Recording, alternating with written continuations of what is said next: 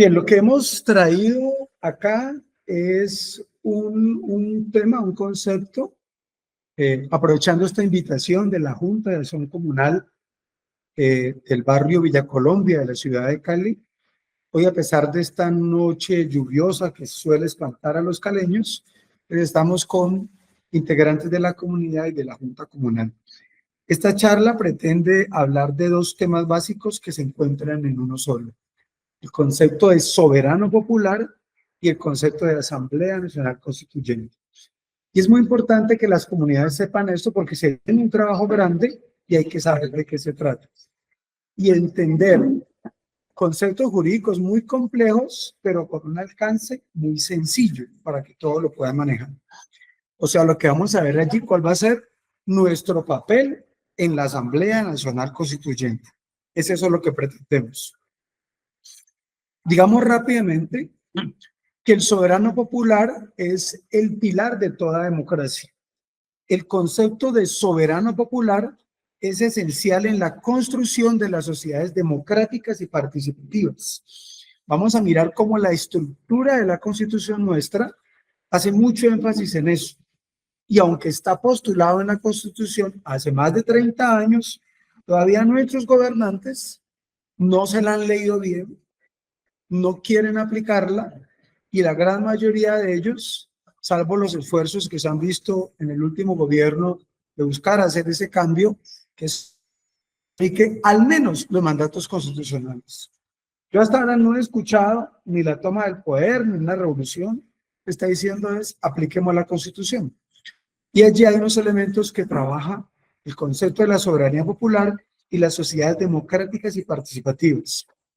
Una Asamblea Nacional Constituyente debe garantizar la participación de todos en las decisiones que afectan a la comunidad, que ese es un punto clave del artículo 2 de la Constitución, como lo vamos a ver más adelante. Hay una importancia clave del soberano popular, y esto que voy a decir hay que dejarlo muy claro, porque el pueblo todavía no conoce el enorme poder que tiene. O sea, el pueblo no es consciente de que él es el soberano. Y vamos muy rápidamente a mirarlo.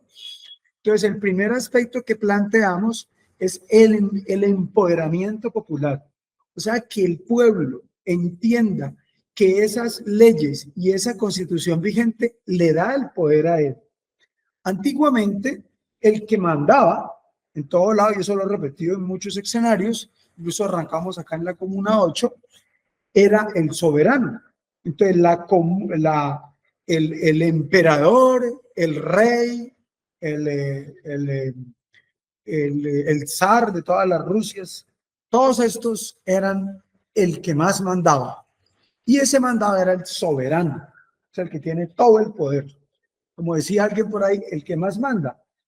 Y esa concepción del Estado y sobre todo del pueblo fue evolucionando. En la Revolución Francesa surgieron unos conceptos que no vamos a mirar acá, pero allá viene ese concepto de que el soberano es el pueblo. O sea, no es que eso se lo inventó el presidente actual, ni se lo inventó un congresista. Eso es algo que lleva ya décadas. Y surgió con el nacimiento del capitalismo. Creo que cuando el capitalismo surge, coge las ideas liberales de lo que llamaron el iluminismo francés, esas grandes ideas para derrotar la filosofía de los reyes, utilizaron ideas grandes en ese sentido, pero luego se apartaron de sus propias teorías. Entonces, la democracia, la participación y muchas cosas no las han respetado gran parte de los gobernantes del mundo entero.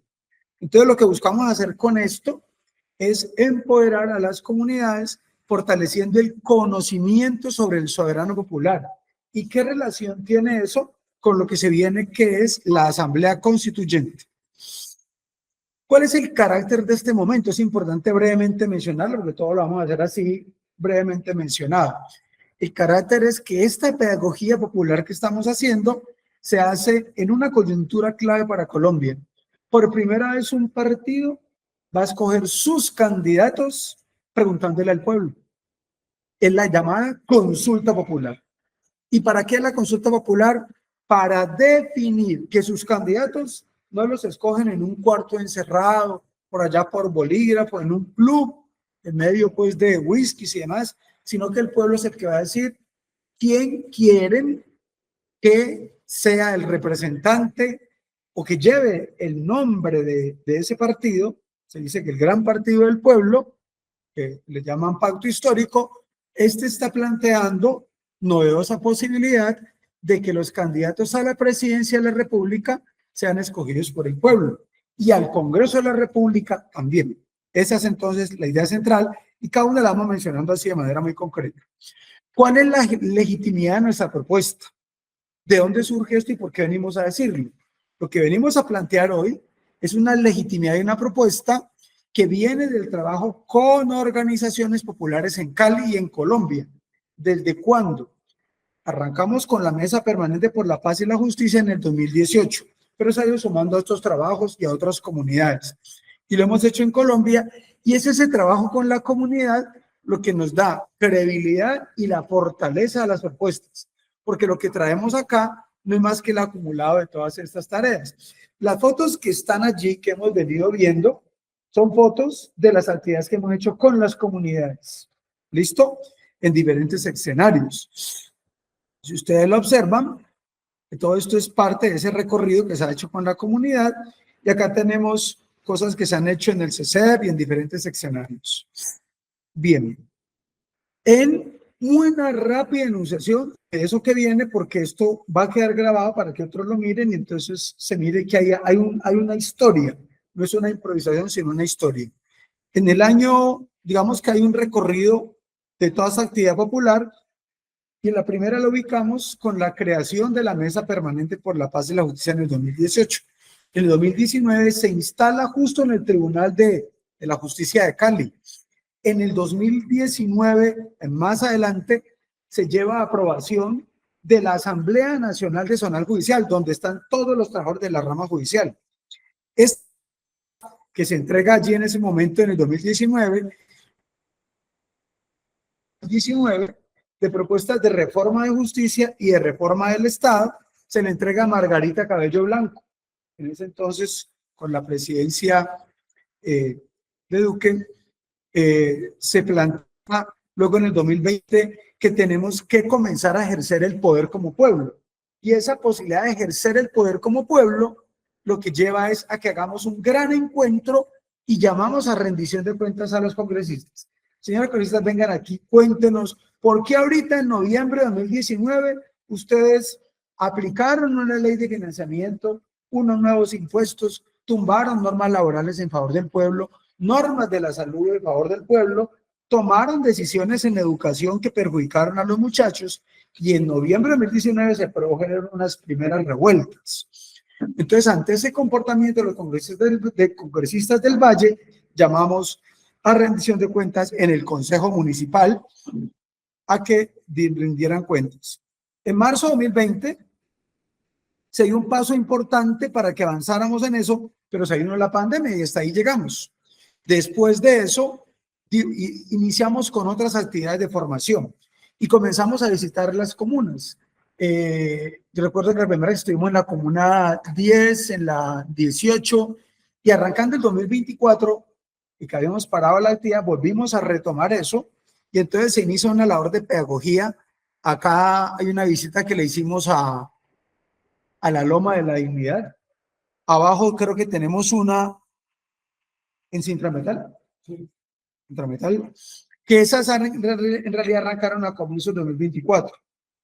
Luego hacemos una gran asamblea en el CECEP, se hace toda una estrategia para hacer un plan de acción y vamos desarrollando todo eso. Y en abril de 2024 se crea el Colectivo por la Unidad Popular. Ahí están pues parte de los integrantes de esa iniciativa, y esto se va configurando en una serie de propuestas que llevan luego en esos días viene Petro a Cali. Este punto va a ser muy importante, porque Petro viene a Cali como presidente electo de los colombianos y hace un llamado al pueblo colombiano y les dice, les convoca que se organicen, se concienticen y se movilicen y ejerzan poder popular y hagan propuestas como poder popular. Eso lo hizo en marzo de 2024 desde Puerto Resistencia. Y nosotros justamente nos habíamos convocado a la reunión del colectivo. Entonces, a partir de ahí se aprueba hacer la asamblea en mayo, y esta es la asamblea que hicimos en mayo, que llenamos el Consejo Municipal de puros líderes populares. Y allí, entre esas propuestas de ejercer poder constituyente, hablamos de la propuesta de hacer un referéndum. No se desarrolló, pero quedó planteada la propuesta, entre otras muchos. Se condenó el ataque a Palestina y muchas otras cosas más. Pues bien, ya con ese muy breve, una cosa de 3 minutos de introducción, ahora nos ubicamos en dónde está el problema central. No se les olvide lo siguiente, y para los que luego vean este video. Hoy en Colombia hay dos grandes concepciones del Estado enfrentadas. La primera concepción del Estado, que aparece reflejada en este video que ustedes tienen aquí, es la llamada estructura del Estado de Derecho. Hay una pirámide que a su lado izquierdo tiene en la parte de arriba, en la cúspide, al Estado con sus leyes e instituciones. Esta es la rama legislativa, ejecutiva, judicial, y abajo está el soberano popular. Le llaman constituyente, primario, poder constituyente, pueblo, sociedad civil, hay muchos nombres. Es la gente, el pueblo. Y en esta estructura del Estado de Derecho, lo más importante en esa concepción, que era la que estaba en la Constitución de 1886, o sea, llevamos ya de este siglo al otro, y allá viene esa Constitución, pero con esa Constitución se educaron gran parte de las personas que todavía dirigen los destinos del Estado.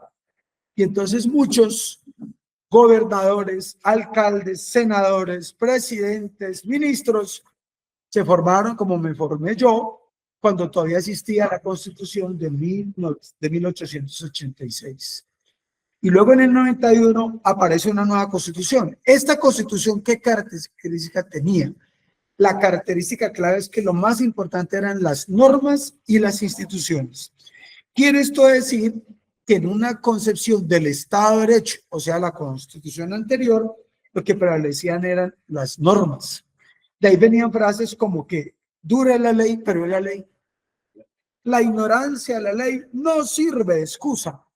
Los hombres pasan, las instituciones quedan. Eso era lo que decían. En realidad, en 1991 se crea un nuevo Estado que, como ustedes ven, volteó la pirámide patas arriba. Ahora queda el Estado abajo y arriba queda el soberano popular, el pueblo.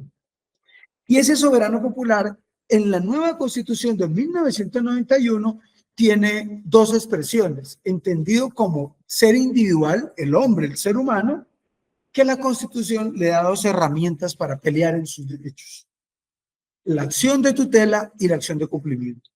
Pero al hombre entendido como colectividad, como comunidades, la Junta del Barrio, unos grupos de diferente tipo que hay en la sociedad, ya como pueblo, como colectividad, le da la acción de grupo y la acción popular. Son las herramientas que hay para pelear la defensa de sus derechos. Y entonces ahora la pirámide se voltea patas arriba y toda la concepción que había del Estado, que sacrificaban los derechos de los seres humanos por hacer prevalecer una ley o hacer valer una institución, quedó rezagada.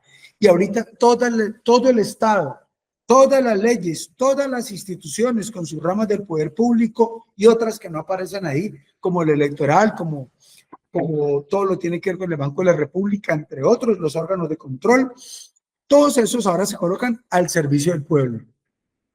Y toda norma, toda ley o toda institución que haga algo en contra del pueblo está violando o la Constitución o un tratado internacional que protege al pueblo. Ahí aparece la Convención Americana de Derechos Humanos, que más adelante miraremos. Es importantísima, pero es el viraje de la concepción, el Estado social y democrático de derecho, que ahorita tiene un enfoque humano.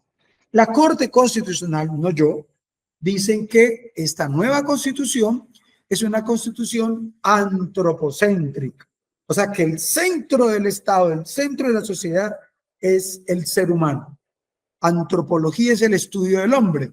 Entonces, antropocéntrica es que el centro es el ser humano, las personas. ¿Para qué está el alcalde que eligieron? El senador. ¿Para qué está el gobernador? ¿Para qué está el concejal? para defender, garantizar los derechos de las personas de carne y hueso, no instituciones en abstracto. Entonces tiene que ser así. Ese Estado social de derecho prioriza al ser humano y sus derechos y busca garantizar, como lo decimos allí, justicia social y bienestar para todos.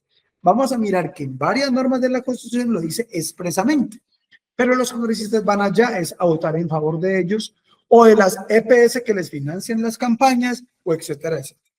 Entonces hay que dar un tratamiento humanista a los conflictos con equidad y participación activa de la ciudadanía. Ese último punto lo resalto porque va a ser determinante en lo que viene.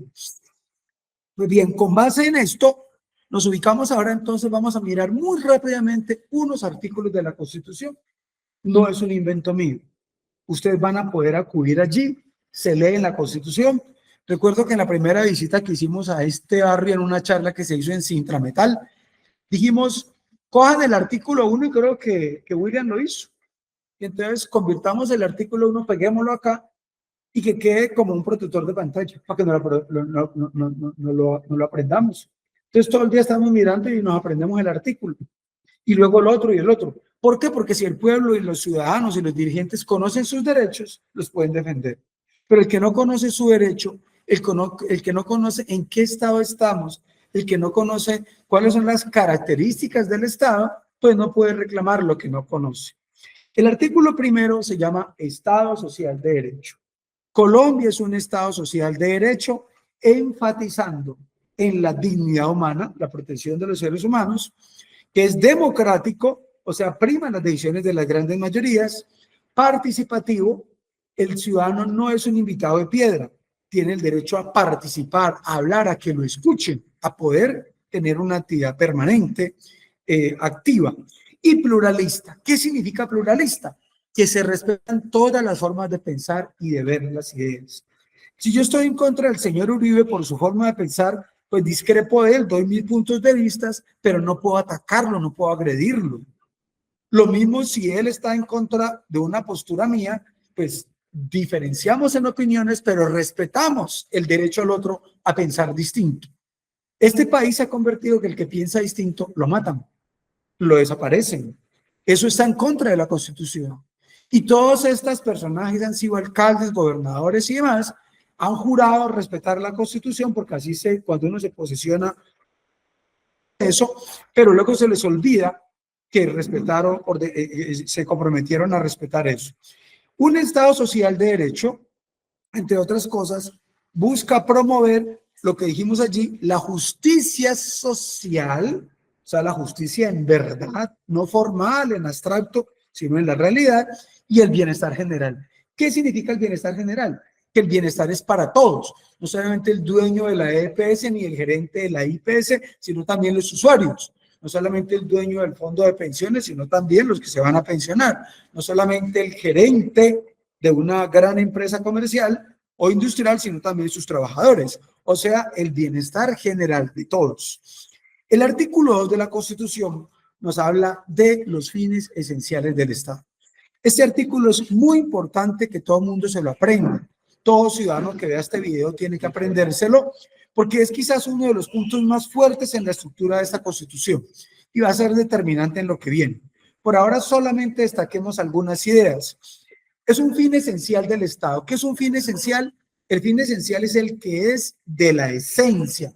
Un fin es un propósito, un objetivo. ¿Hacia dónde voy? ¿Hacia dónde camino? ¿Cuál es mi norte? El norte de este Estado, el fin esencial del Estado, son los que están acá. Y es esencial porque es algo que hace parte de la naturaleza del Estado. Si le quitamos ese aspecto, desaparece la razón de ser del Estado. Entonces, es muy importante que estos fines esenciales se respeten, porque como fines esenciales son la razón de ser del Estado. ¿Cuál es el primero? Servir a la comunidad. Son varios, pero destacamos estos. Servir a la comunidad. ¿Quién es el Estado? Cada funcionario que ocupe un cargo público o cada particular que ejerza una función pública por un contrato o por cualquier razón, tiene también que tener este respeto. Entonces el alcalde, el gobernador, el presidente, el ministro, el inspector de policía, el comandante de policía, todos tienen que servir a la comunidad. Es un fin, una razón de ser esencial del Estado. Promover la prosperidad general, vuelve y enfatiza la Constitución, que todo el mundo prospere, no que todo el mundo sea pobre. Porque algunos dicen, es que quieren implantar el comunismo porque todos son pobres. No, que todos prosperen. Eso es lo que dice la Constitución, no me lo estoy inventando yo. Vayan a la misma. Que haya convivencia pacífica. El mayor número de muertos en Colombia hoy no se está dando por las peleas de la guerrilla, sea en las calles, en los barrios. Cali ha ocupado en muchas ocasiones el primer lugar de homicidios en Colombia y en el mundo. Y es la falta de tolerancia unos con otros. En Bogotá también. Pita a alguien en el semáforo más de 2 veces y no cambió, y entonces le pitaron y el otro se bajó. ¿Qué pasó? Es que te compré el pito, ¿qué? Y se agarran unas cosas muy complicadas que generan todo este escenario que nos evidencian que no hay una convivencia pacífica. El Estado tiene que garantizarla y cada funcionario tiene que propender por ella. Cada policía de este país, por ejemplo, tiene que buscar la convivencia pacífica. No golpear o reprimir, como vimos tantas veces, sino que si alguien protesta, acompáñenlos, protéjanlos, aíslenlos si es del caso, y si en algún foco alguien está cometiendo una falta, está cometiendo actos vandálicos, lo que dicen los instrumentos internacionales es que deben ir a ese foquito que está ya haciendo desórdenes, aislarlo, neutralizarlo, pero no afectar todo el conjunto de la marcha. Lo que uno nota aquí es que la gente sale a protestar y pues hasta hace unos años le echaban gases lacrimógenos a todos los que estaban pacíficos y a los que andaban alborotados ni los tocaban, se iban tranquilos. Resalta la responsabilidad del Estado de facilitar la participación ciudadana en las decisiones que los afectan. Este punto es muy importante. El artículo 2 de la Constitución destaca la necesidad de que los ciudadanos participen en las decisiones que los afecten. Entonces viene un tema clave: cambiar el Estado, mejorar el Estado, garantizar verdaderas reformas a la salud, garantizar verdaderas reformas laborales, a la educación. ¿Son decisiones que afectan a los colombianos? Sí. Entonces, lo que dice el artículo 2 de la Constitución como un fin esencial es que cada alcalde, cada gobernador y el Congreso, que se les olvida eso, no se han leído el artículo, tienen deudas con la primaria porque no han entendido esto, dice que tienen que garantizar o facilitar la participación de la ciudadanía en las decisiones que los afectan. Eso no ha ocurrido. Muy bien, sigamos con el punto y vamos a mirar cómo a partir de ahí se viene una serie de cosas con estos elementos que van a ser clave para el paso que vamos a dar. El artículo 122 y 133 regulan todos los cargos públicos del Estado. En otra oportunidad haremos una charla detallada sobre todo esto, pero vamos a detenernos solamente en 2 articulitos. El 122 dice: no puede haber ningún empleo en Colombia que sus funciones no estén definidas en la ley. Punto número 1. Y el punto número 2 lo dice el artículo 133. Los miembros de los cuerpos colegiados deben actuar siempre. ¿Quiénes son los cuerpos colegiados? A nivel municipal, los consejos, asambleas, representantes a la Cámara, senadores, o sea, el Congreso, los cuerpos colegiados. Estos tienen que actuar siempre teniendo en cuenta la justicia y el bienestar común. ¿Cómo debo votar yo como congresista? No importa si me escogió el Centro Democrático o los Verdes o el Polo o lo que sea. Alguien me eligió a mí, yo ya no represento a ese partido. Cuando yo quedo elegido, represento a toda la comunidad y quiero buscar la justicia y el bienestar común. ¿Será que cuando voy a votar tengo que consultar qué es lo que dice el de la EPS que financió mi campaña? No, debo consultar el bien común. Algunos congresistas, los vimos hace unos meses, salir a celebrar que habían saboteado el quórum en una votación que se daba importante para el pueblo colombiano y salían a festejarlo, cuando eso está en contravía de que realmente busquen el bien común. Y tienen que garantizar siempre que la responsabilidad política de ellos y la rendición de cuentas ante la sociedad. Todos los congresistas, alcaldes y demás tendrán que ser llamados a rendición de cuentas ante el pueblo, sino que el pueblo no ejerce su poder. Pero alguien decía que el pueblo solo conoce su poder cuando lo ejerce. Y Cali ha sido ejemplo en eso en muchas oportunidades. Bien, ¿cómo hace entonces el pueblo para participar? En las normas que hemos señalado, que no es más que traerle la Constitución, decimos que los mecanismos que tiene la Constitución en el artículo 103 tampoco se les olvide. Eso se lo vamos a dejar para que ustedes lo reproduzcan, lo repasen. Son mecanismos de participación del pueblo como ejercicio de su soberanía. ¿Cómo hago yo para ejercer como soberano? Para ejercer el poder que es el que más manda. Tengo que tener algún mecanismo para hacerlo. Son primero el voto, votando por alguien. Aunque el voto tiene variantes. Primero el derecho a elegir a alguien, pero también el derecho a ser elegido. Y también hay uno que aparece más adelante, revocar el mandato al que elegí. Si yo elegí a alguien para que cumpla un propósito y no cumplió, pues yo lo desplazo de allí. ¿Qué pasa cuando una junta directiva de una empresa nombra a un gerente para que cumpla una misión y el gerente no cumple la función para la cual lo eligieron? Sencillamente los que lo eligieron tienen que revocar el mandato y poner otro que sea un buen gerente, porque el mal gerente no debe seguir allí. Entonces, elegir, ser elegido y revocar el mandato al elegido. Ese es el punto central. Están voto, plebiscito, referendo, que fue la propuesta que hizo Cali de hace tiempo. Yo creo que de alguna manera va a tocar retomarla luego. Consulta popular, cabildo abierto, iniciativa legislativa, revocatoria del mandato, y la ley lo reglamentará. Son estas leyes que están aquí abajo. ¿Listo? Sobre ellas pues tocará volver en otra oportunidad. Pues bien, ¿cómo reformar la Constitución? Ya hablamos de cómo el pueblo ejerce su poder. Ahora, una facultad que tiene el pueblo es de reformar la Constitución. ¿Cómo lo hace? Lo hace el Congreso, que es un delegatario del pueblo. El artículo 3 dice que el soberano es exclusivamente el pueblo y de él emanan todos los poderes públicos y que él lo podrá hacer de manera directa o puede actuar a través de sus representantes. ¿Quiénes son los congresistas? Representantes del pueblo, se eligieron para llegar allá. Entonces, él puede hacer cambios a la Constitución, pero también una asamblea constituyente. Y en tercer lugar, el pueblo mediante un referéndum. O sea que hoy el pueblo colombiano ha comenzado a ver que el Congreso de la República, primera fórmula para mejorar cosas de la Constitución, está fallando. No cumplen, salen, no van, reciben sueldos multimillonarios, pero no cumple con su deber. Entonces se va despejando en el camino dos fórmulas, o una asamblea constituyente o un referéndum. O puede haber, si el pueblo así lo dinamiza, unas mecánicas que lleven a uno y el otro. Pues bien, el artículo 376, para ir ubicándonos en la propuesta que el presidente, que fue elegido por los colombianos, que es una voz oficial que representa al Estado, al gobierno, etcétera, nos ha dicho. Artículo 376. Por ley aprobada por mayoría de sus miembros de ambas cámaras, Senado y Cámara de Representantes, el Congreso podrá disponer que el pueblo en votación popular decida si convoca una asamblea constituyente. ¿Cómo? Definiendo la competencia. O sea, cuál es la facultad que tiene, hasta dónde puede reformar, el periodo, qué tiempo va a tener, y la composición, cómo se va a conformar esa asamblea constituyente.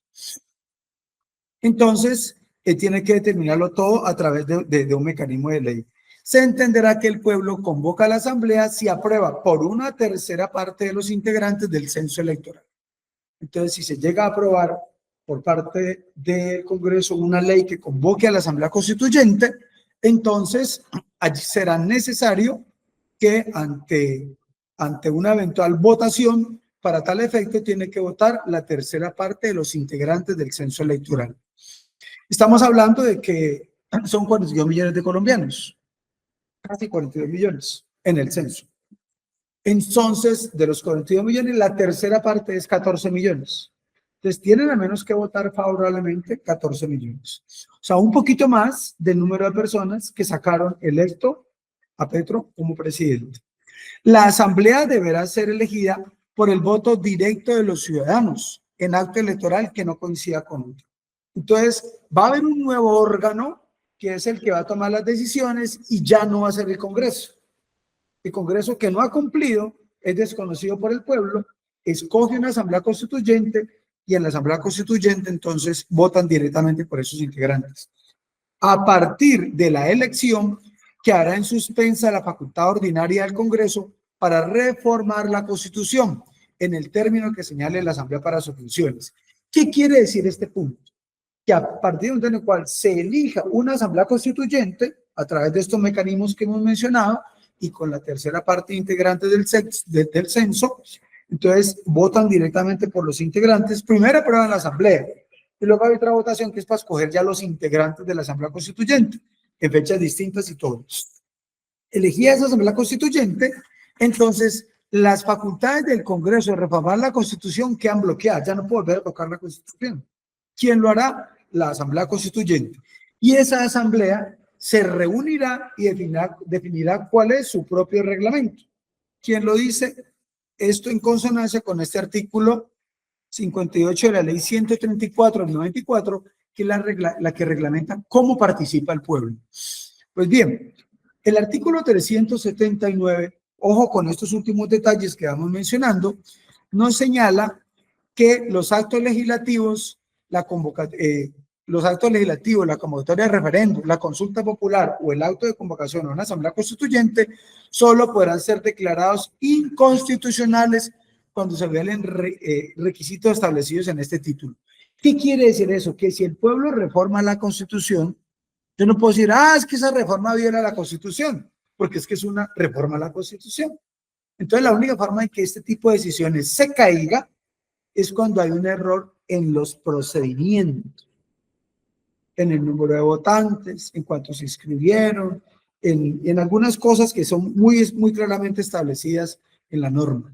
La acción pública contra estos actos solo procederá dentro del año siguiente a la promulgación, con observancia de lo dispuesto en otras normas. Y ahí aparecen facultades que aparecen en este numeral, tanto para la Asamblea Nacional Constituyente, esta sigla la van a ver con mucha frecuencia, ANC, Asamblea Nacional Constituyente, o el referéndum.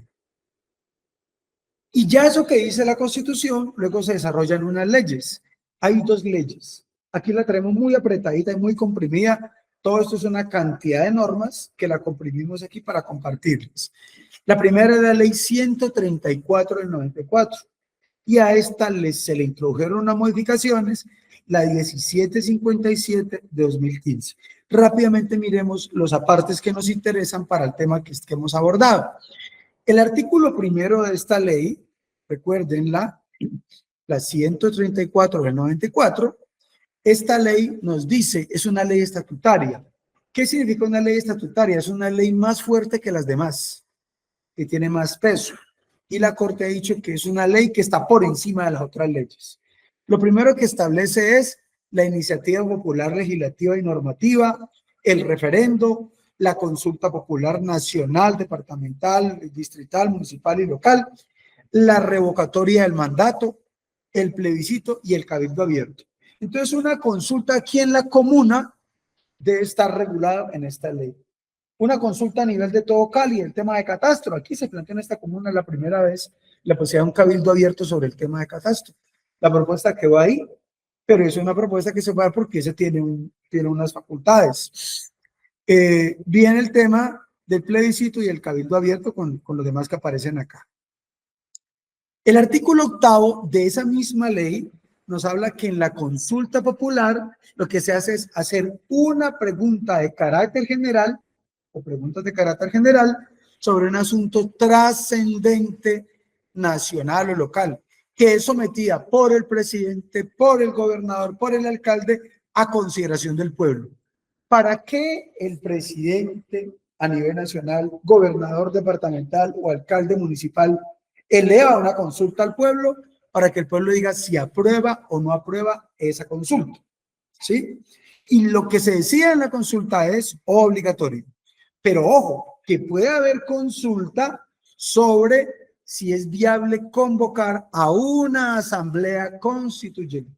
Entonces surge aquí de manera clara el primer mecanismo, que es una consulta al pueblo para ver si el pueblo quiere que se convoque una asamblea constituyente. Entonces hay un primer mecanismo.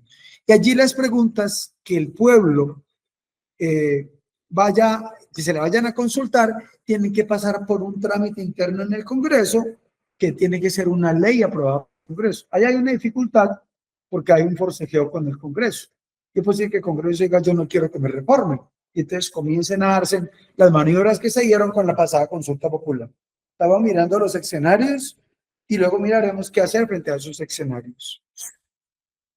El artículo 58 de esa misma ley habla de la iniciativa y la convocatoria de la consulta, que lo que hace es repetir lo que menciona el artículo de la Constitución, que es posible consultar al pueblo sobre algún tema clave con la participación del Congreso.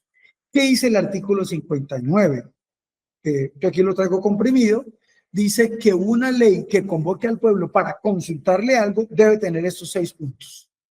Entonces vamos ubicándonos para dónde va la posibilidad de una asamblea constituyente. Si le consultan al pueblo sobre ella, tendrá que tener en cuenta los siguientes puntos. 1. La ley debe hablar de que se va a convocar al pueblo a una asamblea. 2, tiene que definir cuál es el número de delegados que va a haber. 3, tiene que definir cuál es el sistema para elegir a sus delegados. 4, cuál es la competencia de la asamblea. ¿Ya? Hasta dónde puede llegar. El 5 es la fecha en que arranca la labor de la asamblea y cuál es el periodo por el cual va a operar. Ha habido varios en la historia de la humanidad y en América Latina varias oportunidades, le dan varios meses. Petro dijo, no necesitamos 6 meses, con 3 es suficiente. Fue la propuesta que le hizo. El Congreso tendrá que definir en la ley todas esas cosas, incluyendo ese periodo. Yo particularmente tengo un reparo con este numeral 4 de esa ley, porque dice que el Congreso puede definir la competencia de la Asamblea. Resulta que cuando se instala una Asamblea Constituyente, como lo dijo la Corte Suprema de Justicia en 1990, a finales de 90, para que se desarrollara a comienzos del 91, en la 7ª papeleta dijo, el pueblo no tiene control. El Congreso no puede controlar al pueblo. El pueblo se puede dar autónomamente las decisiones que él quiere. Entonces, si el Congreso le pusiera un límite a la Asamblea Constituyente, usted no puede tocar al Congreso, la Asamblea Constituyente no tiene límite. Puede decir, aquí cambiamos el Congreso, cambiamos al presidente, cambiamos esto, que por eso yo he dicho siempre que hay que ser muy sólido en este trabajo, porque si la mayoría del pueblo colombiano que quiere cambios no saca la mayoría, es posible que esa Asamblea Constituyente diga, no, yo no quiero la tutela, esa vaina, los jueces están condicionados con las tutelas, mire, eso no ha funcionado, como no funciona, entonces acabemos con ella. Y como otros han dicho, no, es que mire que los derechos penales, bueno, hay cualquier cantidad de cosas.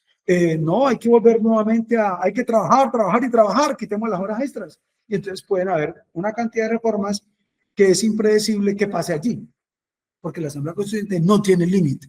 Entonces hay que mirar muy bien cómo se va tallando todo eso. Por eso hay que hacer esta ambientación con tiempo para que la gente se prepare hacia esos elementos.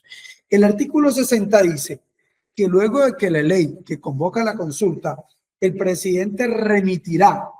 Entonces ya se hizo una ley que va a convocar a la consulta al pueblo. Pero antes de que se convoque al pueblo, entonces esa ley se le manda a la Corte Constitucional para que ella la revise y haga un control previo. Y mire que no esté violando alguna norma constitucional. Y mira sobre todo el aspecto formal, o sea, el procedimiento. ¿Listo? Bueno, el artículo 61 de esa ley dice que la tarjeta que se haga tiene que estar diseñada para votar sí o no, no más. Y tiene que tener los temas de la competencia. El 62 dice que se entiende que el pueblo convoca a la asamblea si aprueba la tercera parte. Muchísimas gracias. Esto quedará para la historia, en el video y en la historia de la constituyente, que me dieron una rica papa borrada. Listo, muy bien. Esto es de cuenta de la Junta de Acción Comunal del barrio Villa Colombia. Oigan, pues, ¿dónde surge la historia? Para que luego alguien nos atribuya el antecedente. Entonces tiene que votar la tercera parte del censo electoral. ¿Cuánto dijimos? Más o menos 14 millones de colombianos. Las reglas definidas por el pueblo en la consulta no podrán ser variadas. Entonces, lo que el pueblo definió, no puede el Congreso decir, ay, no, venga, quítele esto. No, lo que se decidió ya ahí queda como algo definitivo. El artículo, ¿cómo? Sí, esa decisión es del pueblo, que es el constituyente, ¿qué quiere decir poder constituyente? El que constituye, el que crea, el que da lugar de nacimiento o surgimiento a algo, constituye. Nosotros queremos constituir una asociación. ¿Qué hacemos? Creamos una asociación. El poder constituyente, el poder de crear un nuevo Estado o crear un Estado que cambie el carácter que tenía. Antes teníamos un Estado de derecho, se creó un Estado social y democrático de derecho. ¿Listo? Bien, el artículo 63 dice que la consulta para convocar a una asamblea constituyente y la elección de sus delegatarios serán dos actos separados. Una es el acto de convocar a la gente para que diga si quiere la asamblea constituyente, y habrá otra votación, son dos distintas, ya para votar por cuáles van a ser los integrantes de esa asamblea constituyente. ¿Sí? Los constituyentes. Se hará entre 2 meses y 6 meses después de que se aprobó la ley.